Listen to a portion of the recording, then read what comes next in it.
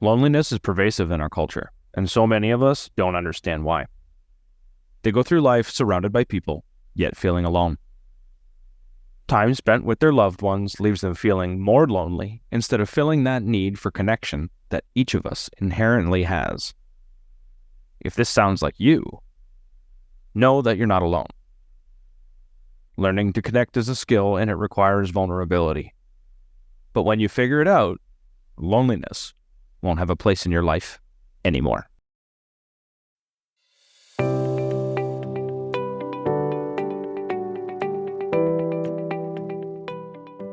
Welcome to Through the Glass Recovery podcast, where we believe that connection is the opposite of addiction, vulnerability is the antidote to shame, and that recovery isn't just rewarding, but it's also a lot of fun.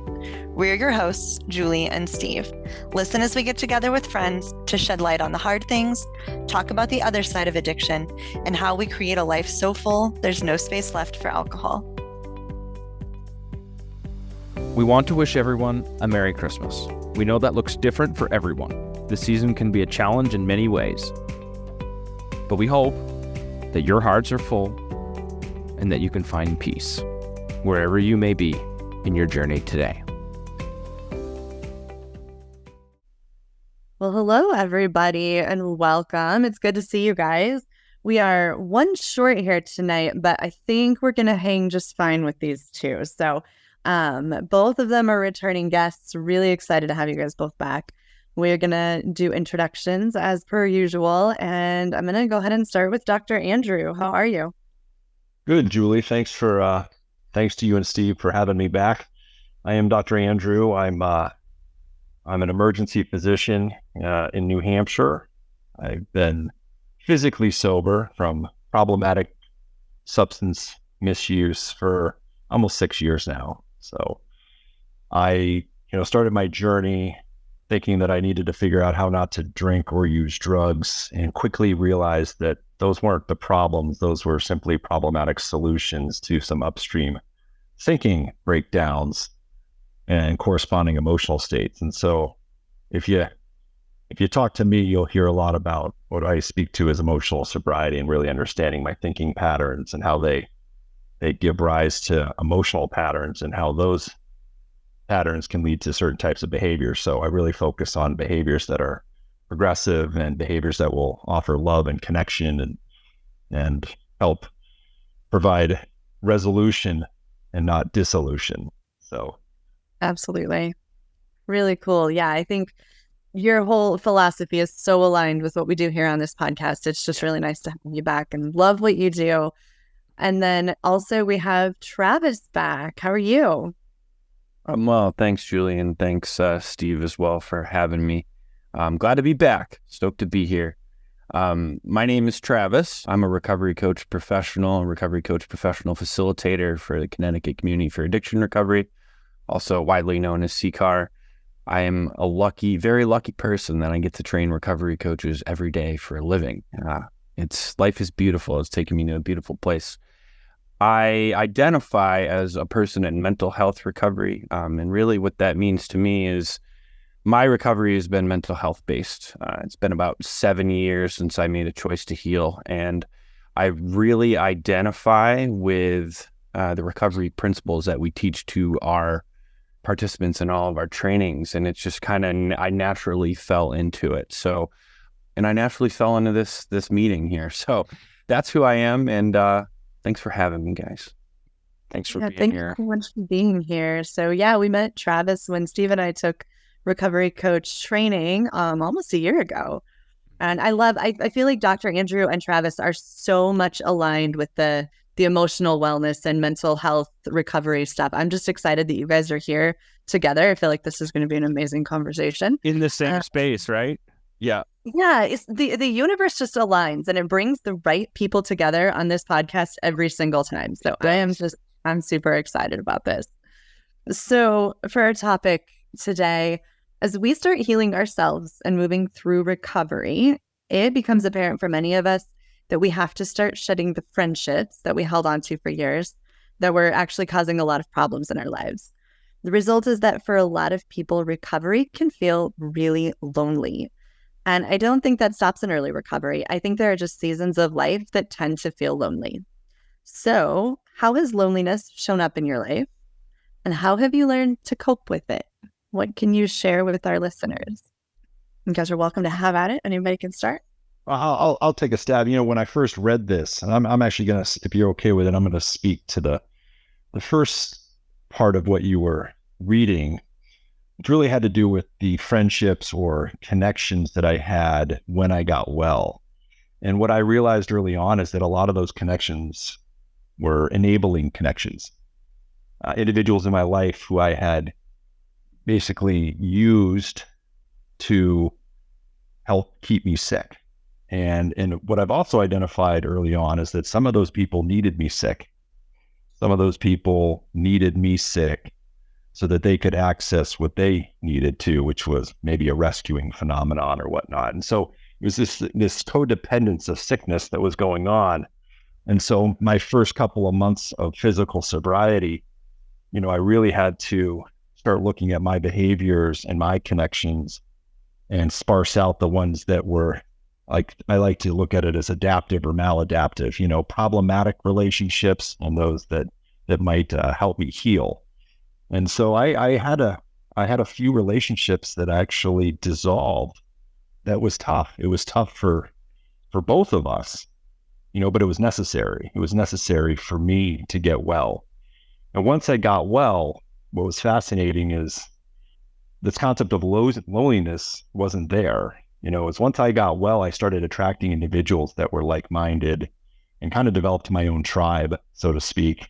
My group of recovery peeps that can, help support me and not enable me, that will love me and nurture me as I will them.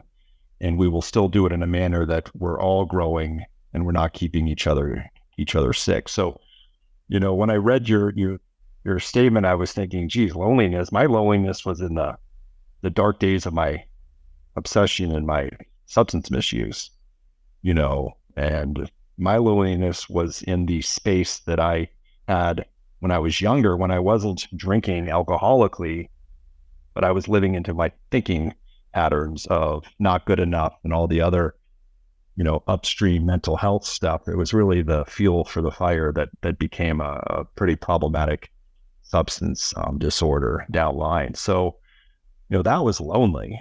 In recovery, if anything, I feel like I've actually learned how to connect with others and be vulnerable, which takes risk. It's a risky thing to do. And in my experience, authenticity and vulnerability are really kind of it attracts a group of people that are really just very special. Absolutely. So I love what you said there, and I like it kind of resonates with a little bit of my story. I feel like I was so lonely when I was drinking, when I was, deep in my addiction. I was surrounded by people, I was surrounded by friends, I was surrounded by family, and I was the loneliest that I'd ever been. And then I quit drinking once prior to this stint of sobriety, and I didn't connect with anybody. I didn't change anything in my life. I just stopped drinking. And I had to start staying away from girls' night, and I had to start staying away from rodeos and like the things that our family did, right? I had to start avoiding them. And then I felt really, really lonely because what I was used to, which still was lonely, I just wasn't surrounded by people anymore. I was actually alone, like physically alone more. This second time around, there's really not any loneliness in my life anymore. And the difference is that now I'm showing up, like you said, vulnerably. I did so much digging and so much work to figure out who I really authentically am, because forever I was showing up as who I thought everybody wanted me to be, right? So even if I did feel like we were having a great conversation, it wasn't me. It was who I thought I was supposed to be. So showing up authentically and then connecting from that space has taken loneliness completely out of the picture in my life. I think that's just because I have the two different versions of like sobriety, I guess, to compare it to. It's the authenticity and the vulnerability and all of the risk and the true connection that has changed everything for me when it comes to loneliness. And I can resonate with you too, Julie. Like, I know for me in my recovery, and let me just stop there. So like I talk about how I wasn't addicted to substances, right? Like substance use disorder isn't really part of my story, right? But I was addicted to people. The superficial relationships that I had with people, whether substances were a part of that or was the sex, it was the toxic relationships, whatever it was. And when I decided to make a change and move away from that, it got really lonely because I didn't have any healthy understanding of what relationships in life should look like until I started doing the work. And then a shift happens where you start seeking out relationships based on love instead of need, right? And like it goes back to what Dr. Andrew was saying, then your intentions are formulating a universe that is better serving you, right? That makes sense? I love that you said love instead of need, because I had written down, listening to you guys all talking, I wrote down loneliness was living in a place where I expect emotional support from someone who can't or isn't emotionally available. And that's when I'm, looking for, I need help or whatever that may be, and it's just not there. So I'm thinking of, I'm living in a house I'm surrounded by people, yet I still feel alone. And that is because first, I'm not emotionally healthy. So I'm fake, first of all.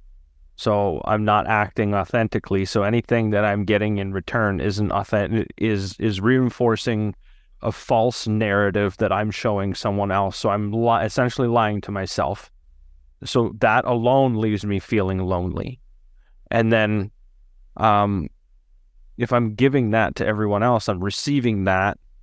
And where am I going to, if I'm looking for it externally, I'm never going to find it. And then Dr. Andrew, you talked about once you start healing, you start emitting this, it's coming from love, like Travis said, right? So I remember early on in recovery when I started telling my truth, where I went from this place of like sad, lonely, not feeling accepted or heard or any of that.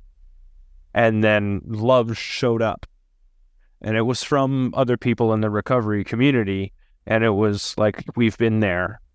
I hear you. I get you.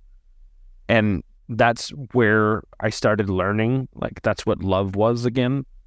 Like, that's what acceptance really is. And I don't have to be fake. I think outside of being authentic, I'm going to give myself loneliness just by putting on a mask.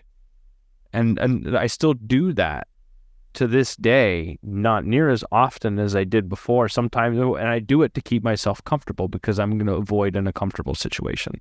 It's where the mask comes from. Then I have to look at that. But loneliness, I think, really ends up coming from lack of being authentic. I want to, Travis, I love that you're on here and you don't have substance issues. Part of my stance I'm taking for the world is to stop focusing on behavior. Drinking alcohol is a behavior. Using drugs is a behavior. Over-exercising, overeating, under-eating, gambling, they're all behaviors. And if you really look at the behaviors, they're really quieting down an upstream thinking breakdown, a thinking pattern, thinking addictions, the I'm not good enough, I'm not lovables, I'm not important, I need to be right, I'm always wrong. These are just, to name a few, thinking patterns that we develop as children. And, my work really goes on childhood experience and how childhood experience shapes who we become as adults and how we think and perceive and interpret the world. And so much of our breakdowns in life occur through interpretation of circumstance. And I always say, which lenses am I wearing today? That can tell you how I'll feel. Because again, at the end of the day, how I feel is on me, not on the world.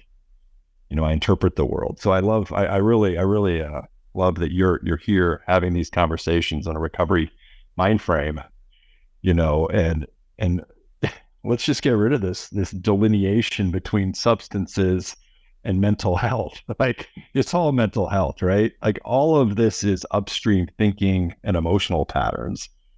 And if we were to focus as a world on thinking and emotional patterns, number one, we'd have a lot less loneliness. We'd have a lot more love for one another. Yeah. We'd have a lot more connection with one another. And really, love and connection, in my mind, is really, that's all we want as children. The day we were born into this world, we just want love and connection with our parents. And that's it. And so emotional sobriety and what we're speaking to here really brings us back into a space that we can all create to actually regain what we really just wanted as, little 1-year-olds or 6-month-olds. So I don't know. This is good stuff. What you're talking about there, when we're little, we just want love and we just want connection, right? So I grew up with, God bless them, the most emotionally unavailable parents like ever. You could use the word emotionally unavailable and they would have no idea what you were talking about. Completely incapable of real, honest, meaningful connection, right? Wonderful people, took really good care of me, gave me a wonderful life, but they just weren't capable of more. And so, and like you're talking about, Dr. Andrew, you got all of these messages, right, as a child that I'm not good enough and I have to, and I just strived for perfection and I strived for good enough and I was the overachiever because they said nice things to me and that made me feel loved, right?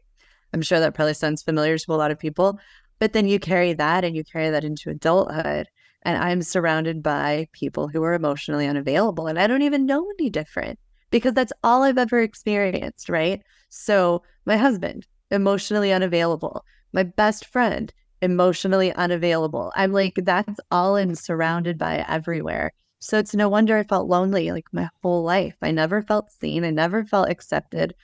None of that. I just felt like I was hustling all the time for somebody to say something nice to me so I could feel loved. Because I had no idea what real connection or love felt like. And once I started understanding, like looking at, I always thought I was this big problem, right? I'm the problem. That's why I can't feel happy. That's why I can't feel accepted or whatever. And I started realizing there's other people in my life that have issues too. Like, I'm not the only problem. I'm not by any means am I saying I'm perfect, but I always just internalized it all and made it all my faults. And then that kept people shut out. I'd put up walls. I didn't want them to know how bad I was and how messed up I was, right? And just to be able to step back and acknowledge, okay, these people, they've got some emotional stuff too. Like, they might not be alcoholics, but they've got some stuff going on also. And it's not all me. And once you can see that, I don't know, that helped me let down some walls. And it also showed me that I needed to start seeking out people who were capable of emotional connection. I didn't even know that those people existed until I was like 39 years old. And my whole world opened up at that moment. It was just in finding the right people. I can use self-righteousness similar to how I used alcohol. You don't have to be alcoholic to be addicted. My whole stance is that we're all little thought addicts that really come from childhood. And it operates at a subconscious level, just like substances, And it's fascinating to me because everyone, kind of sparses it. Here's this person and this is my problems and that's problems. If we just move upstream and really identify our thinking patterns, there's our solution. We can rewire the parts of our brains that got developed when we were 2, 3, 4, 5. The limbic system is very neuroplastic if you put the effort in. That's our memory and emotional center in the brain. That's where all of these memories and emotions are stored and correlated.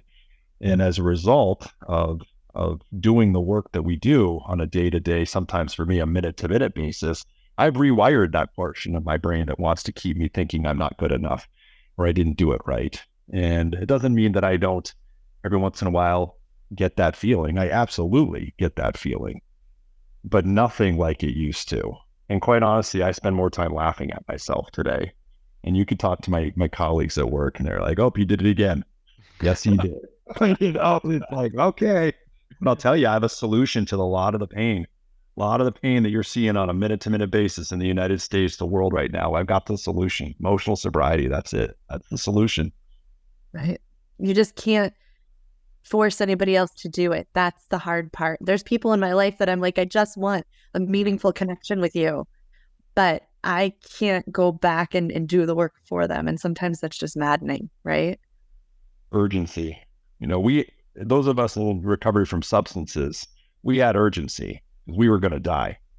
It's a clear cut that substance, alcoholics die from alcoholism, drug addicts die from drug addiction. I mean, that's been proven. It's a fatal disease if left untreated.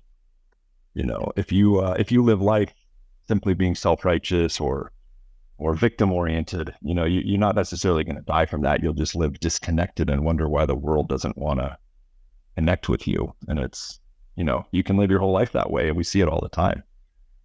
So urgency is very nice for those of us because it forced us to do this work. And what a blessing it was for me, because my life today is full of love and connection. It's extraordinary, and a lot of that has to do with the willingness and the fortitude to have some of the tough conversations and really dive deep into the soul of who Andrew really was and how he became who he is, and really start to understand the operating system that is my brain. It's a dangerous place to go sometimes. Through that sense of urgency where I was able to face the fear of losing the friend that I thought I had, which was alcohol, and seeing what was beyond that. There was, getting the help, getting over the fear of asking for help, and then getting over the fear of being able to accept it. I think that was even harder because that's where pride really comes in. I think for me is accepting that help, really not knowing. I'm vulnerable to whatever you're telling me because I really don't know or don't have any confidence in that. But you talk about the victim mentality and the self-righteousness. They both lead to loneliness too. They both push people away. One is very vacuum oriented for emotional energy, and the other one is very brutish and forceful.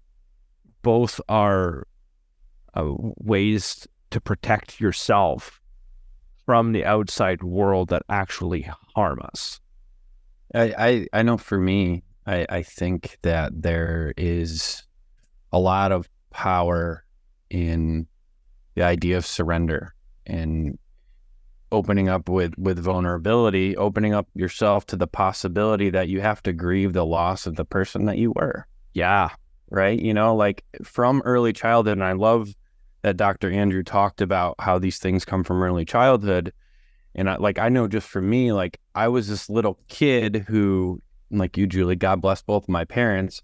I got the message somewhere that I wasn't good enough, somewhere in there. And I continue to dive into that. But it's my train of thought. You're going to have to edit this out. Though I learned, how do I want to say this? I started intellectualizing that sort of shadow, that you're not good enough mentality throughout life. I became addicted to my own thoughts. So this is where my anxiety, depression, all of it came from. And that was my foundation of my entire existence. So that jump from there, my entire foundation, the home that I built, I had to make peace with the fact that I was going to burn it down and start over, and there's a grieving process with that also. Something that I still do to this day, even 7 years later, I started. Live in a self-created chaos.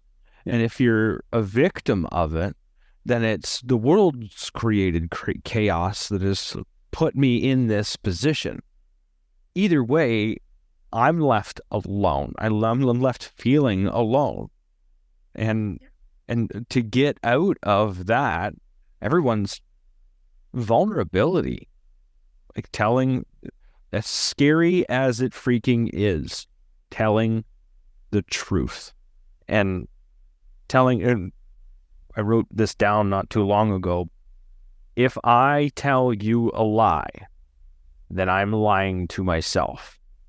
And I hate it when I'm lied to, but I'm already putting myself on an island when I'm doing that. And so I'm putting myself back in this spot where I don't want to be.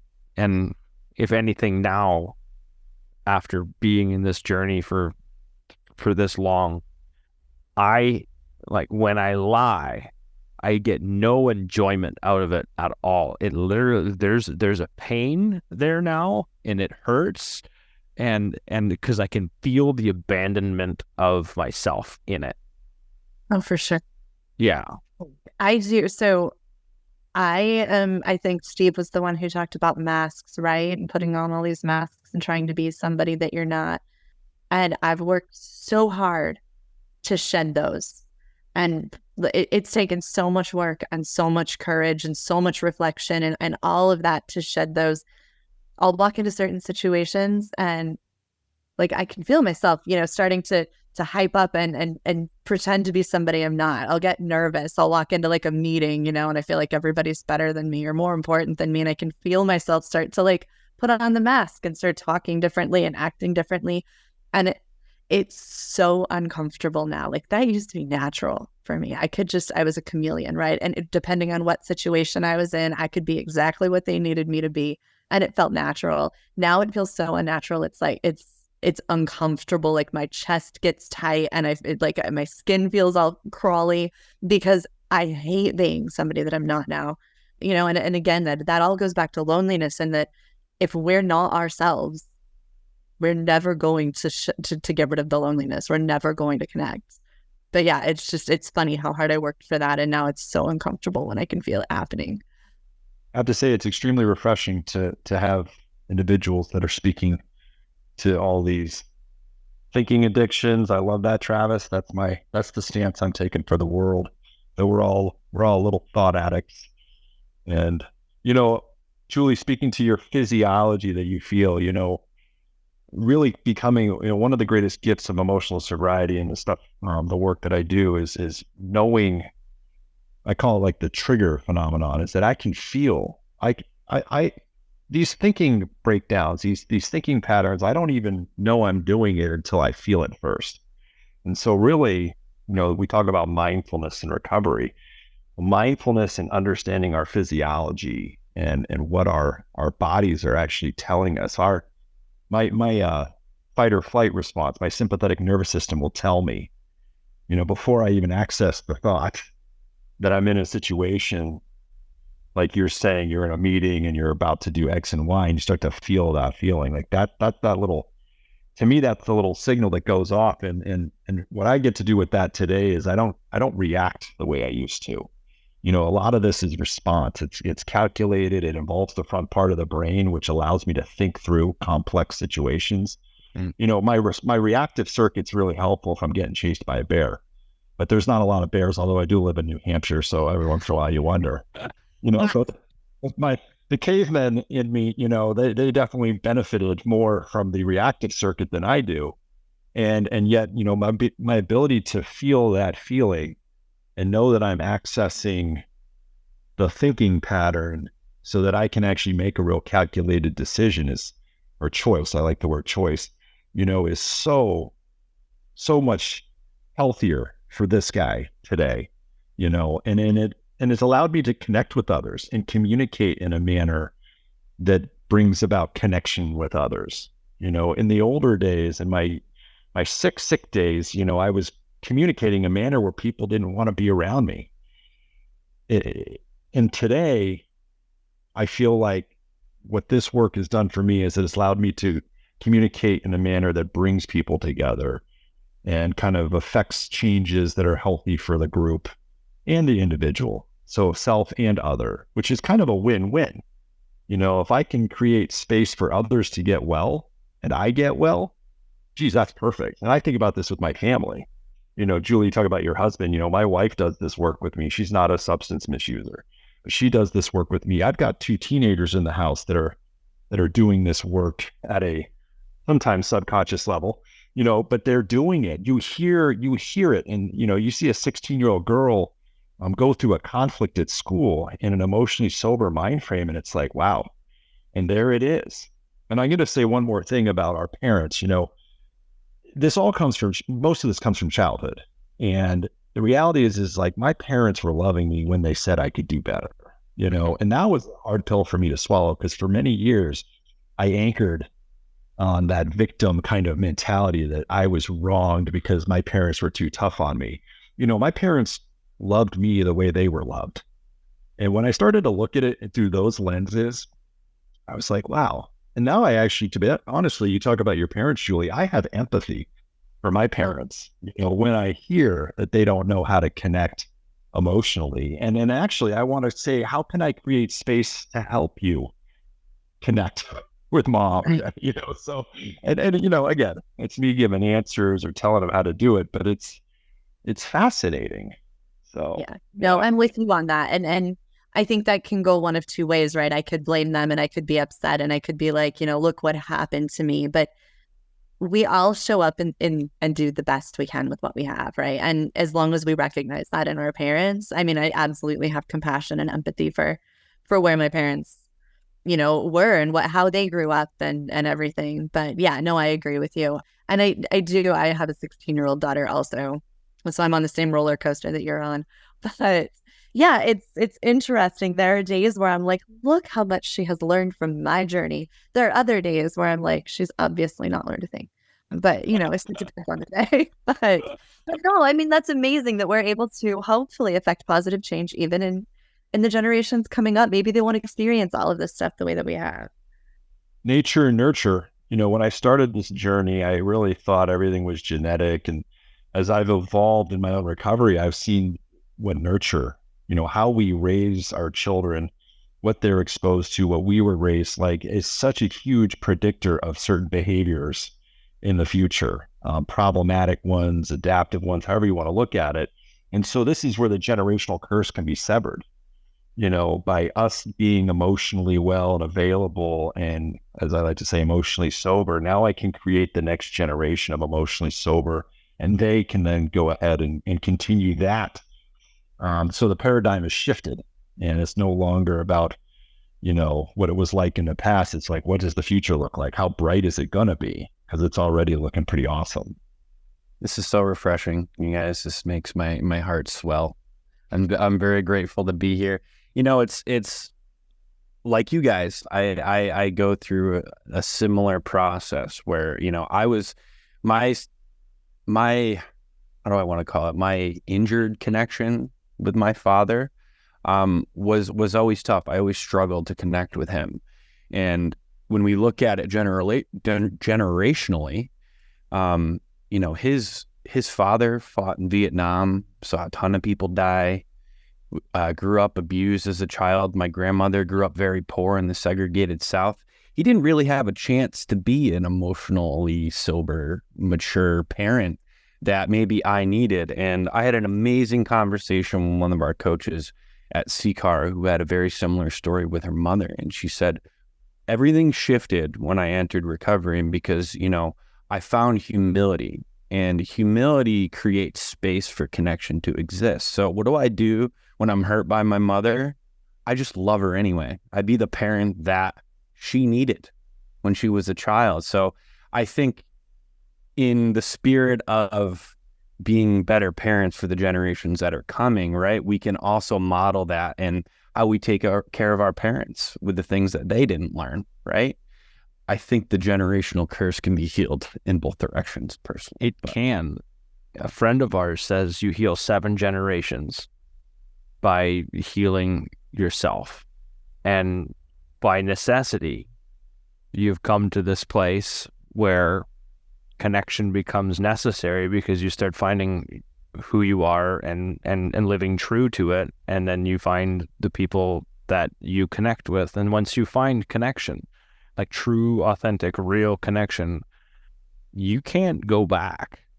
It's not a place where you can venture back to. If I venture back to that place, I venture back to a whole bunch of negative thought patterns and addictions, like Dr. Andrew is saying, that kept me sick to begin with.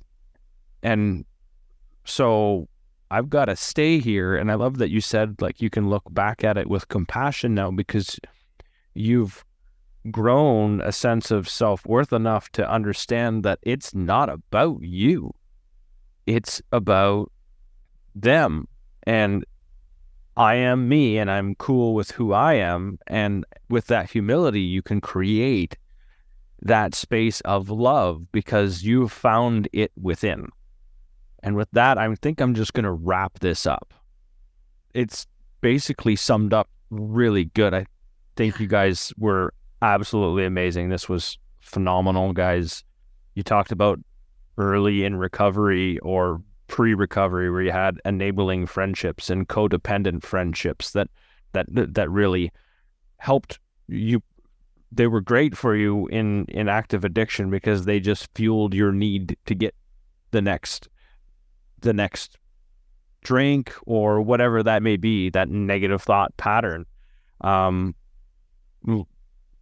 mentioned loneliness was living in that place with basically we all shared examples of it. The main one was emotionally unavailable parents, right? And stemming from childhood. And then when you grow up, you kind of look for those same things. You end up still in that emotionally unavailable state without really growing up. Dr. Andrew, you talked about your 5-year-old self and really understanding how that is affecting you today. Lack of authenticity and finding and showing yourself, removing the masks, stop being the chameleon, listening to ourselves and connecting with others is basically the key to this whole thing. I want to say thank you, Travis. Thank you, Dr. Andrew, for spending your time with us tonight, sharing your thoughts and your experiences with us. And I'm going to finish this with a Merry Christmas to all our listeners. I hope you have a wonderful Christmas. Thank you. And thank you, our listeners, for being on this recovery journey with us. With 2024 just around the corner, we want to send you hope for a wonderful, sober new year.